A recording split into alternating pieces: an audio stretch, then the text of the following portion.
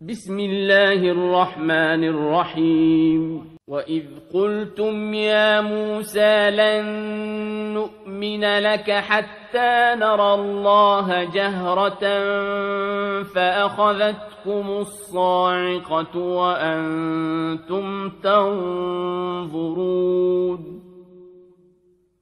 ثم بعثناكم من بعد موتكم لعلكم تشكرون أعوذ بالله السميع العليم من الشيطان الرجيم بسم الله الرحمن الرحيم الحمد لله رب العالمين وبه نستعين وصلى الله على محمد وعطرته الطاهرين وعلى الله عليهم أجمعين من الآن إلى قيام يوم الدين آمين رب العالمين. قال الله العظيم في كتاب الحكيم بعد أعوذ بالله السميع العليم من الشيطان الرجيم بسم الله الرحمن الرحيم وإذ قلتم يا موسى لا نؤمن لك حتى نرى الله جهرة فأخذكم الله صاعقة وأنتم تنظرون ثم بعثناكم من بعد موتكم لعلكم تشكرون. Sadaqallahu al-Aliyyul Azim. Allah subhanahu wa ta'ala nous dit dans le Saint-Coran, et rappelez-vous lorsque vous dites à Moussa, alayhi wa salat ala Muhammad wa ali Muhammad, nous ne croirons jamais en toi jusqu'à ce que nous voyions Allah de nos propres yeux. À ce moment exactement, vous fûtes frappés d'une foudre qui se produisit sous vos yeux. Nous vous ressuscitâmes après votre mort, peut-être seriez-vous reconnaissants. La suite du tafsir du Saint-Coran, sincèrement le Mufassir, je ne sais pas, et je vous dis clairement, les frères et les sœurs comme je le sens, je ne sais pas pourquoi il commente. Il a rien marqué, vous allez voir, il a ramené quelques versets coraniques, et alhamdoulilah, et franchement c'était pas mon objectif depuis le début, mais finalement je l'ai fait pratiquement à 98%. Je dois revenir toujours au tafsir Insan Askari, sinon, alayhi salam, sinon c'est très incomplet en vérité, très très incomplet, vous allez le voir. En réalité, comme on lit, il ne fait que répéter. C'est un tafsir comme les Bakri en réalité. Voilà, je commence. Ces deux versets évoquent également l'un des grands bienfaits d'Allah sur les enfants d'Israël. Et montrent combien ils étaient particulièrement têtus et savaient toujours trouver des prétextes. Et on voit également comment ils furent frappés par le châtiment divin et après cela, Allah leur accordera encore sa grâce. Le premier verset dit « Rappelez-vous lorsque vous dites à Moussa, nous ne croirons jamais en toi jusqu'à ce que nous voyions Allah de nos propres yeux. » Peut-être que cette demande provient de leur ignorance, car seuls les ignorants ne comprennent pas les choses subtiles. Cette affirmation, je ne la partage pas totalement. C'est des gens limités, mais ignorants, je ne sais pas. C'est la limitation peut-être du matériel qui fait qu'on ne comprend pas les choses subtiles. Mais de dire que forcément, quelqu'un qui ne croit pas ou qui ne comprend pas les choses subtiles est ignorant, ça c'est un autre sujet à mon humble avis, après je ne sais pas. En tout cas, lui il dit, peut-être que cette demande provient de leur ignorance, car seuls les ignorants ne comprennent pas les choses subtiles. Ce qui fait qu'ils demandent même à voir Allah de leurs propres yeux. Ou alors leur attitude découle de la ténacité et du souci de trouver des prétextes, une attitude propre à ce peuple. De toutes les manières, ici ils sont très clairs avec Moussa, alayhi wa afdallah salat ala Muhammad wa ali Muhammad, jusqu'à ce que nous voyions Allah avec nos propres yeux, nous ne croirons jamais en toi. C'est alors à ce moment que Allah fit intervenir l'une de ses créatures. L'une de ces créatures, là, il fait référence à la foudre.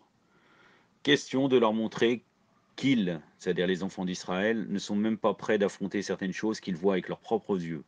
Combien de fois alors l'essence divine pure?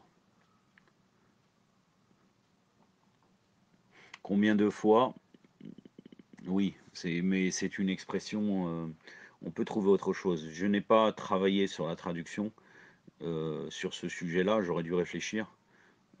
Maintes et maintes fois, non pas maintes et maintes fois, en tout cas combien de fois, donc d'autant plus, c'est pas, voilà exactement, d'autant plus de fois pour l'essence divine pure. C'est-à-dire que voilà, ils ne sont même pas prêts d'affronter certaines choses qu'ils voient avec leurs propres yeux, d'autant plus pour l'essence divine pure. Une foudre descendit, frappa la montagne et provoqua un terrible éclair, un bruit assourdissant, ainsi qu'une secousse si forte qu'ils s'évanouirent tous terrifiés. Le Coran ajoute après, ensuite dans cet état la foudre vous frappa alors que vous voyiez de vos yeux.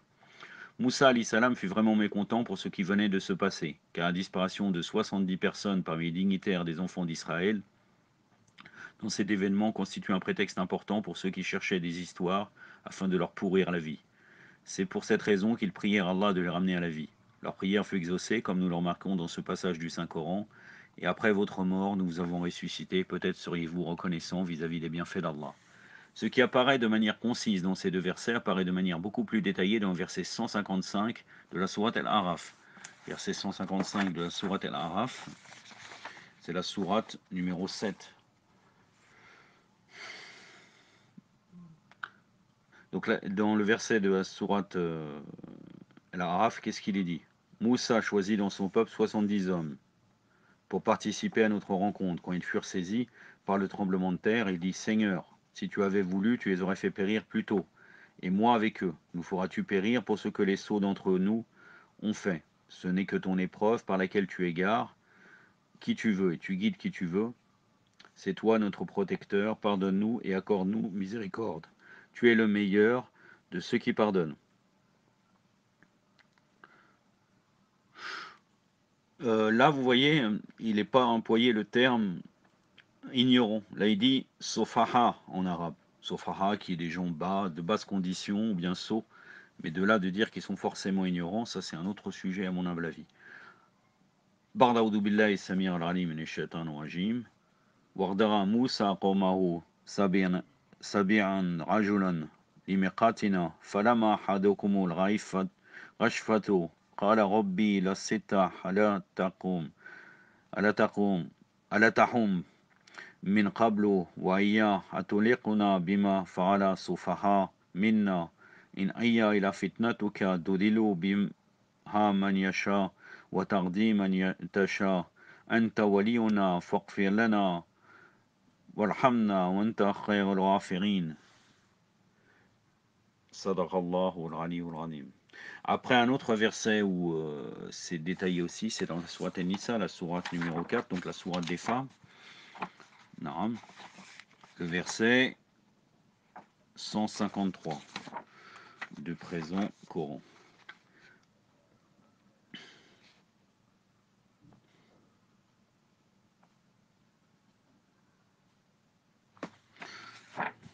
Voilà, 153, je m'étais trompé, j'étais arrivé à la sourate Ali Imran.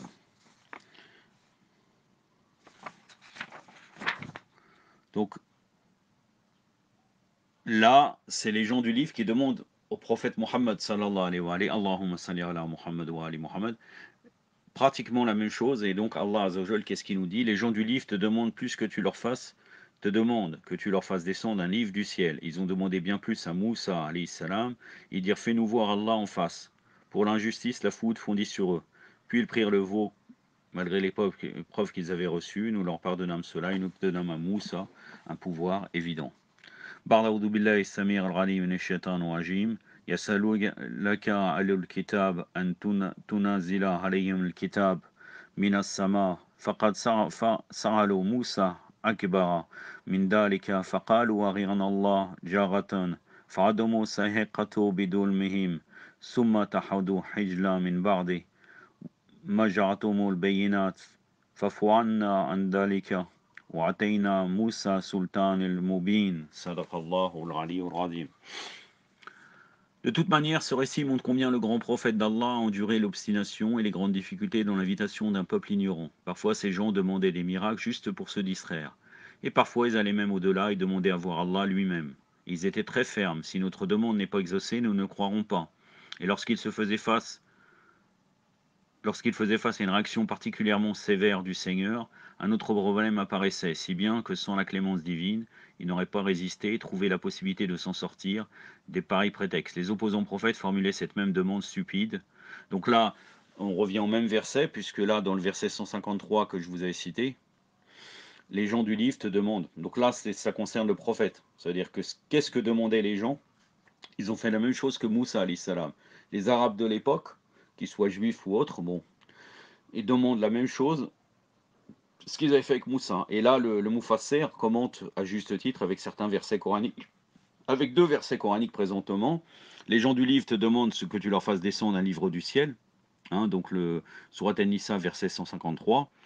Ba'da'udhu billahi samir al-alim minash shaitanir rajim. Yasaluka ahlul kitab an tunzila alayhim al-kitabun minas sama. Sadaqallahu al-aliyyul azim. Et aussi, dans la sourate, non, la sourate numéro 17, donc la sourate El-Isra, appelée aussi justement et à juste titre Bani Israël, donc de verset 90 à 96. Non, regardez. Donc là, c'est les Arabes de l'époque, enfin les Bédouins, alors Arabes, de l'époque du prophète sallallahu alayhi wa alayhi. Allahumma salli ala Muhammad wa ali Muhammad wa lajjal farajum wa l'ana. Qu'est-ce qu'ils disent au prophète? Et ils disent, nous ne te croirons à moins que tu ne fasses jaillir de terre une source pour nous, ou que tu aies un jardin de palmiers et de vignes et y fasses jaillir des ruisseaux jaillissants, ou que tu fasses tomber, comme tu le penses, des pans du ciel sur nous, que tu amènes Allah et les anges, ou qu'il y ait pour toi une maison de dorure, ou que tu montes au ciel, et encore nous ne croirons pas à ta montée, à moins que tu ne fasses descendre sur nous un livre que nous lisions. Dis gloire et pureté à mon Seigneur, est-ce que je suis autre qu'un être humain prophète? C'est-à-dire là, ça ne veut pas dire qu'il ne pourrait pas le faire, mais il est dépendant d'Allah Azzawajal. C'est Allah Azzawajal qui va décider si effectivement c'est utile de faire cela. Mais en réalité, ces gens discutent uniquement pour discuter. Ils veulent ridiculiser en vérité notre prophète sallallahu alayhi wa sallam. Qu'est-ce qui empêchait les hommes de croire lorsque le guide leur est parvenu, si ce n'est qu'ils ont dit, est-ce que Allah envoie un être humain comme prophète? Un être humain prophète. Dit, s'il y avait sur terre des anges marchant en toute sécurité, assurément, nous leur enverrions du ciel un ange prophète. Là on voit que Allah Azzawajal s'adresse aux gens suivant leur nature. Ce n'est pas possible, comme ce n'est pas une population d'anges, qu'il envoie un ange. Donc il envoie quelqu'un qui a la même apparence que les gens à qui il s'adresse. Dit, Allah suffit pour témoin entre vous et moi, car il connaît et voit parfaitement ses serviteurs. Ba'da'udhu billahi samir al-alim minash shaitan rajim. Wa qalu lan nu'mina laka hatta tafjura lana min al-ardi yanbu'an. An takuna laka jannatu min nakhilin wal 'inab fatufajjira anhar hilalaha tafjiran. أن تسقى السماء كما زعمت علينا كسافا أن تأتي بالله وملائكته قبيلا أن يكون لك بيت من زخرف أن تقع في السماء ولا نؤمن ليقيك حتى تنزل علينا الكتاب نقرأه قل سبحان ربي هل كنتم إلى بشرا رسولا وما معنا الناس أن يؤمنوا إذ جاءهم الهدى إن قالوا عبعث الله بشرا رسولا قل لو كان في الأرض ملائكة يمشون مطمئنا نزل عليها من السماء ملكا رسولا قل كفى بالله الشهيد بيني وبينكم إنه كان بعباده خبيرا بصيرا صدق الله العلي العظيم. De toutes les manières, donc là on continue avec le Mufassir et après on va arriver tout de suite avec le tafsir de l'imam Hassan Askari. De toutes les manières, ce récit montre combien le grand prophète d'Allah endurait l'obstination et les grandes difficultés dans l'invitation d'un peuple ignorant. Parfois ces gens demandaient des miracles juste pour se distraire et parfois ils allaient même au-delà et demandaient à voir Allah lui-même. Pardon, j'avais déjà lu cela. Je reviens où j'en étais, donc j'avais cité les deux versets coraniques, et là, par ailleurs, ces versets sont des preuves palpables du possible retour à la vie d'ici-bas, car cela s'est déjà produit une fois, par conséquent, rien n'exclut que ça le reproduise. Voilà. Le tafsir est terminé. Bon, on a compris que ce que demandaient les Bani Israël, le prophète sallallahu alayhi wa alayhi, les Arabes à l'époque demandaient les mêmes choses, le même type d'arguments pour ridiculiser le prophète. Est-ce que les Bani Israël étaient aussi dans le nifaq et il y avait une part de nifaq ou bien une matérialité énorme qui les liait totalement à ce monde pour pouvoir demander ces demandes-là? Mais d'une manière générale, le Mufassir, c'est ce qu'il a dit. Voilà, c'est ce que, c'est-à-dire, c'est pas grand-chose par rapport aux objectifs normalement du tafsir. Nous arrivons au tafsir de l'imam Hassan Askari alayhi salam.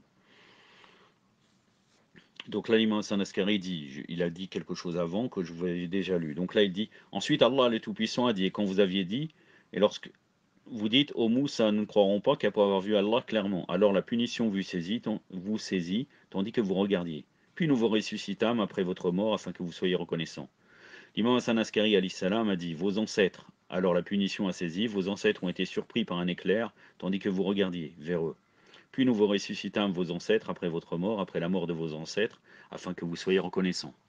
L'imam Hassan Askari a dit, et quand Moussa alayhi salam voulut leur enlever l'accord par le critère qui différenciait les véridiques et les injustes, à Muhammad sallallahu alayhi wa sallam par sa prophétie, et à Ali alayhi salam par son imama, et aux imams alayhi salam purifiés par leur imama. Ils ont dit, nous ne croirons pas en vous, que c'est l'ordre de vos seigneurs jusqu'à ce que nous voyions Allah manifestement, jusqu'à ce que nous le voyions visuellement, nous donnons cette nouvelle. Le coup de foudre les frappa, ils regardèrent les gens sur lesquels le coup de foudre tomba. Et Allah le Tout-Puissant a dit, ô Moussa, j'honore mes amis et ceux qui ratifient la véracité de mon trésor. Et ne doute pas, et de la même manière, je punis mes ennemis, qui sont ceux qui ont rejeté les droits de mon trésor et ne se soucient pas. Donc là, c'est une parole d'Allah directement. Qudsi, hadith al-Qudsi.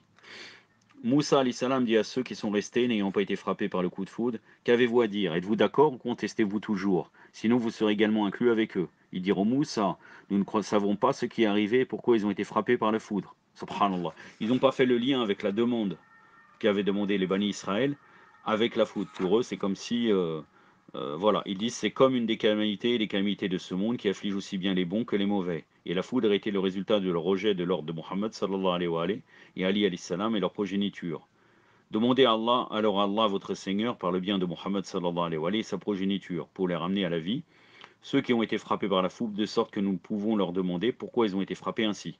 Moussa alayhi salam supplia Allah le Tout-Puissant à travers eux. Donc là, c'est ce qu'ils avaient demandé, les Bani Israël. Donc c'est bien, quand même, ils reconnaissaient quand même le pouvoir du prophète Mohammed sallallahu alayhi wa alayhi, le tafwid et le shafara, le tawassul, et de l'imam Ali alayhi salam, et de la progéniture. Donc là, il dit demander à Allah, et donc Moussa, qu'est-ce qu'il fait? Donc Moussa, il fait ça, il demande, supplie Allah le Tout-Puissant à travers eux, et en conséquence, Allah le Tout-Puissant les ramène à la vie. Moussa alayhi salam, wa afdallah salat ala Muhammad wa ali Muhammad, a alors dit, demandez-leur pourquoi ils ont été affligés. Ils les ont interrogés, ils répondirent, ô enfants d'Israël, cette affliction qui est la nôtre et de nos pères était due au rejet de la croyance de l'imama de Ali alayhi salam, après la croyance dans la prophétie de Muhammad sallallahu alayhi wa alayhi. Nous avons vu après notre mort le royaume de notre Seigneur des cieux et ses voiles et son trône, et son siège et ses jardins et son feu. Ce que nous avons vu est qu'aucun ordre n'est plus grand dans tous ces royaumes que les ordres de la royauté de Muhammad sallallahu alayhi wa alayhi, de Ali alayhi salam, de Fatima, de Hassan et al Hussein. Allahumma salli ala Muhammad wa ali Muhammad wa lajjal farajum wa l'anadahum. Et quand nous avons été touchés par la mort à la suite de cette foudre, les anges nous ont emmenés vers le feu. Muhammad sallallahu alayhi wa alayhi et Ali alayhi salam ont appelé les anges. Cessez leur punition. Notre Seigneur le Tout-Puissant les ramènera à la vie quand les suppliants demanderont leur retour par nous et notre pieuse progéniture. Et ainsi ils nous ont arrêtés, ils ne nous ont pas jetés dans l'abîme et nous ont fait attendre jusqu'à ce que toi, ô Moussa, fils d'Imran, supplia pour que nous redevions vivants par le droit de Muhammad sallallahu alayhi wa alayhi et sa pieuse progéniture. Allah le Tout-Puissant a dit aux gens à l'époque de Muhammad sallallahu alayhi wa alayhi, et en raison de la supplication de Muhammad et de sa pieuse progéniture, l'affliction de vos ancêtres qui ont été frappés par la foudre, en raison de leur injustice, a été évitée.